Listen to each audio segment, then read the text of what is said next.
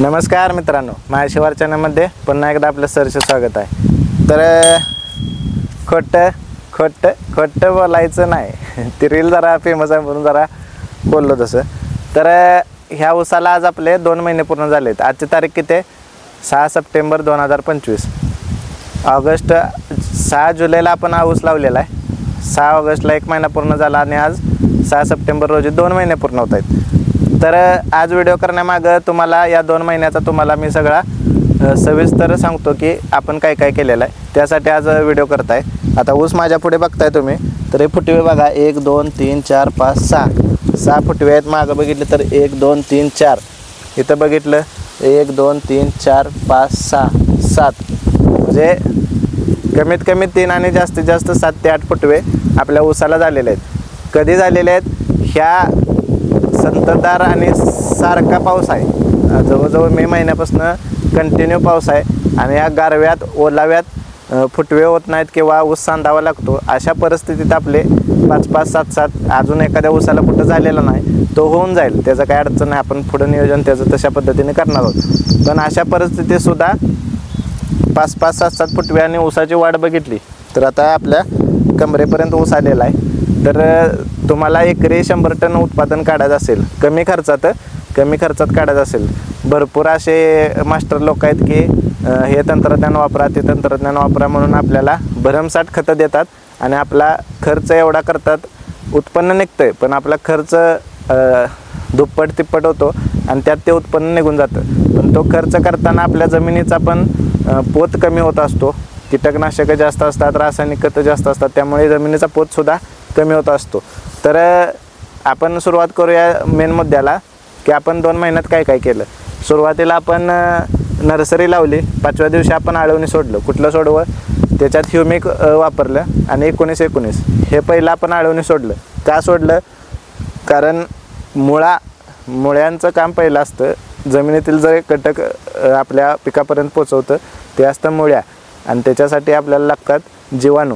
आता असं नाही की माडा ऊस आहे त्याच्यामध्ये मागं बघितलं असेल तर आंतरपीक आहे, भुईमुग आहे, त्याच्यामध्ये कुठं सोयाबीन, कुठं घेवडा केलता. काल आपण घेवडा काढलेला आहे, पिकलेला होता चांगला. तो मार्केटला आपण एक 15 ते 20 किलो घेवडा 1-2-3 सरीत लावलेला तेवढा विकलेला आहे. तर त्याच्यातून काय होतं की ह्या बाकीच्या आंतरपिकातून आपल्याला जो ऊस शेतीचा खर्च आहे तो आपला निघतो, जेणेकरून ऊस शेती आपल्याला 100% प्रॉफिटमध्ये न्यायची. 0 बजेट शेतीचं जे उद्दिष्ट आहे की एकदम 0 पैशात आपण शेती केली पाहिजे आणि तो खर्च आपला आवाक्यात आला पाहिजे. तर पहिल्या आळवणी गाठली आपण 19-19 आणि ह्युमिक. दुसऱ्या आळवणी काय गाठली? दुसरी आणि तिसऱ्या आळवणी आपण सारखीच गाठली. काय गाठली? तर त्याच्यामध्ये युरिया 3 किलो. आता आपलं 15 एक गुंठ क्षेत्र आहे, छोटं क्षेत्र आहे, पण आपण त्यासाठी 3 kilo urea, 3 kilo ammonium sulphate, त्याच्यामध्ये ह्युमिकचं अर्धी बॅग जे आपण किट आणलेले 1500 रुपयाचं ते किट. आता पहिल्या आळवणीचा खर्च जेमतेम 500 रुपयाच्या आसपास 500च्या आतच झाला असेल. आणि दुसऱ्या आळवणीसाठी आपण किट घेतलेलं ते 1500 रुपयाचं. त्याच्यामध्ये आपण 2 आळवणी केल्या. फक्त युरिया आणि अमोनियम सल्फेटचा खर्च त्याच्यामध्ये वाढला. तो किती झाला? 2 आळवणीचा खर्च झाला 300 रुपये. युरिया एवढा महाग नाही. अमोनियम सल्फेट हे 6 किलो आणि युरिया 6 किलो, आणि त्याचा अर्धा करून 2 वेळा 15-15 दिवसाच्या फरकांना आपण आळवणी दिलेला आहे. मग युरिया आणि अमोनियम सल्फेटमुळे काय झाले की हे असे फुटवे आणि पानाची लांबी बघितली तुम्ही तर चांगल्या पद्धतीने झालेली. हे बघा पान आता तुम्ही बघितलं तर जवळजवळ 1 मीटरपेक्षा जास्त लांब पान आहे आणि आता ते रुंदसुद्धा व्हायला लागले, म्हणजे याच्यात काही अडचण नाही. तर अशा पद्धतीने आपण हे 3 आळवणी सोडलेलं आहे. फवारणी अजून आपण घेतलेली नाही. फवारणी आपण 2 दिवसांनी घेणार आहे. काय घेणार आहे मी तुम्हाला सांगेन. ती सेंद्रिय फवारणी असणार आहे. आपल्याकडे जे घरच्या औषध आहेत त्याचे सेंद्रिय फवारणी असणार आहे. ते काय करते? पिकात उष्णता निर्माण करते आणि पिकाची जाडी वाढवण्याचं काम करते. ती फक्त आपण ऊसाला घेणार आहे. भुईमुगाला आता आपण परवा आळवणी सोडलेला आहे 0050. ते तुम्ही मागच्या व्हिडिओमध्ये बघू शकता चेक करून. तर ते कशासाठी? तुम्हाला एक भुईमुगाचा डाळा उपटून दाखवतो की शेंगा किती द्या, म्हणजे तुम्हाला समजेल, मला पण समजेल की नक्की लाईव्ह डेमो तुम्हाला देणार आहे की शेंगा किती निघते द्या.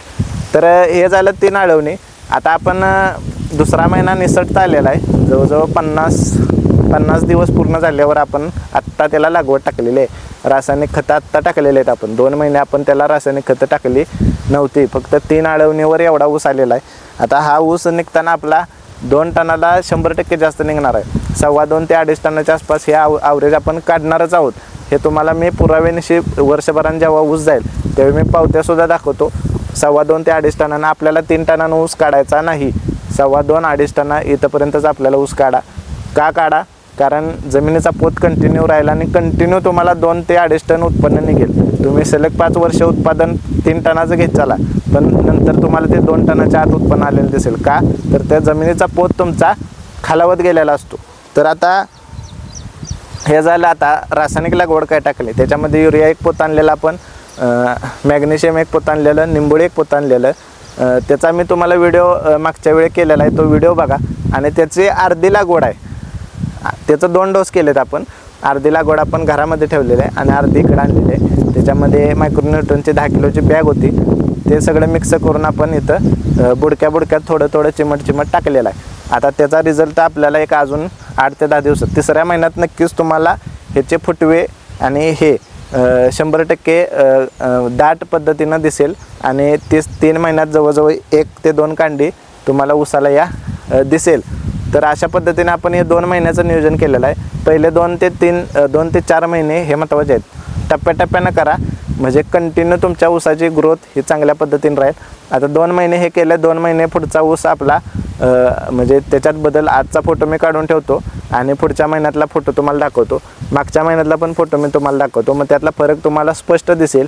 आता ही नर्सरी लावलेली आहे. नर्सरीचं सहजासहजी वाढ एवढी चांगल्या पद्धतीने होत नाही, पण योग्य नियोजन आणि कमी खर्चात जर करायचं असेल तर मी सांगतो त्या पद्धतीने करा. तुम्हाला 100% फायदा झाल्याशिवाय राहणार नाही आणि 100% तुम्हाला 100 टन उत्पादन निघाल्याशिवाय राहणार नाही मित्रांनो.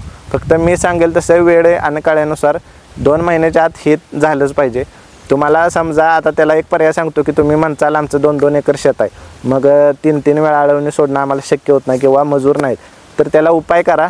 सरळ युरियाची 2 पोती आणायची एकराला, अमोनियम सल्फेट 2 पोती आणायची आणि थोडी चिमट बुडक्यात टाकायची. आहे एवढाच त्याचा रिझल्ट येतो. जर तुम्हाला ते शक्य नसेल, कमी खर्चात करायचं असेल तर 3 किलो 5 किलो असं टप्प्याटप्प्यानं 10-10. ठिबक असेल तर एकच नंबर आहे. ठिबक असेल तर तुम्ही डायरेक्ट ठिबकने सोडू शकता, पण पंपांनी कधी अडवणे. आता 2 फुटावा आहे, ठिबकचे एक होल कुठं तर मध्ये असते, कुठं तर कडेला असते, मग ते त्या मुळापर्यंत पोचत नाही. त्यामुळे काय होतं आहे, मी पहिले 2 अडवणे तर पंपाने सोडतो, त्यानंतर तुम्ही ठिबकने 100% सोडू शकता. तर हे नियोजन तुम्हाला कसं वाटलं? आता ऊसाची जाडी जर बघितली कोंब, तर ते चांगल्या पद्धतीने तुम्हाला 100% त्याच्यात काही शंका राहणार नाही. आपल्याला फक्त पानावर लक्ष द्यायचं आहे. पान कसं रुंद आणि लांब होईल याच्यावर लक्ष द्यायचं आहे. ऊस आपोआप खाली बघायसुद्धा लागत नाही. ऊस आपोआप जाड पण होतो आणि कांड्याचा पेरासुद्धा लांब पडतो. फक्त पान आपलं चांगलं आणि निरोगी पाहिजे. आता कीटकनाशक जर तुम्ही म्हणला तर कीटकनाशक आपण अजून एकदासुद्धा याच्यावर फवारलं नाही. मध्ये फक्त याच्यावर सुरवंट आलता भुईमुगावर, त्यामुळे काय झालं तर एकदा आपण फवारणी केलेली. त्यामुळं कीटकनाशक जेवढं गरजेचं आहे तेवढंच. हे मी तुम्हाला पुन्हा पुन्हा का सांगतोय, कारण निरोगी शेत राहिलं तर पीकसुद्धा निरोगी येतं आणि रोगसुद्धा चांगल्या पद्धतीने कंट्रोल होतात. तुम्हाला पहिल्यापासूनच कीटकनाशकाची सवय लागली तर कीटकांची पण प्रतिकारशक्ती त्या कीटकनाशकासाठी वाढते आणि तुमची कीड जात नाही मित्रांनो.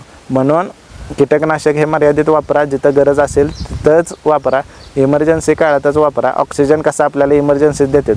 आता जर पेशंटला दवाखान्यात न्यायला की ऑक्सिजन चढवत बसले तर ऑक्सिजन काही फुकट येत नाही, प्रत्येकाला तो चढवू शकत नाही. त्यामुळे गरज असेल तेवढंच तुम्ही वापरले पाहिजे. तर तुम्हाला एक भुईमुगाचा ढाळा उपटून दाखवतो सॅम्पल म्हणून बघतो.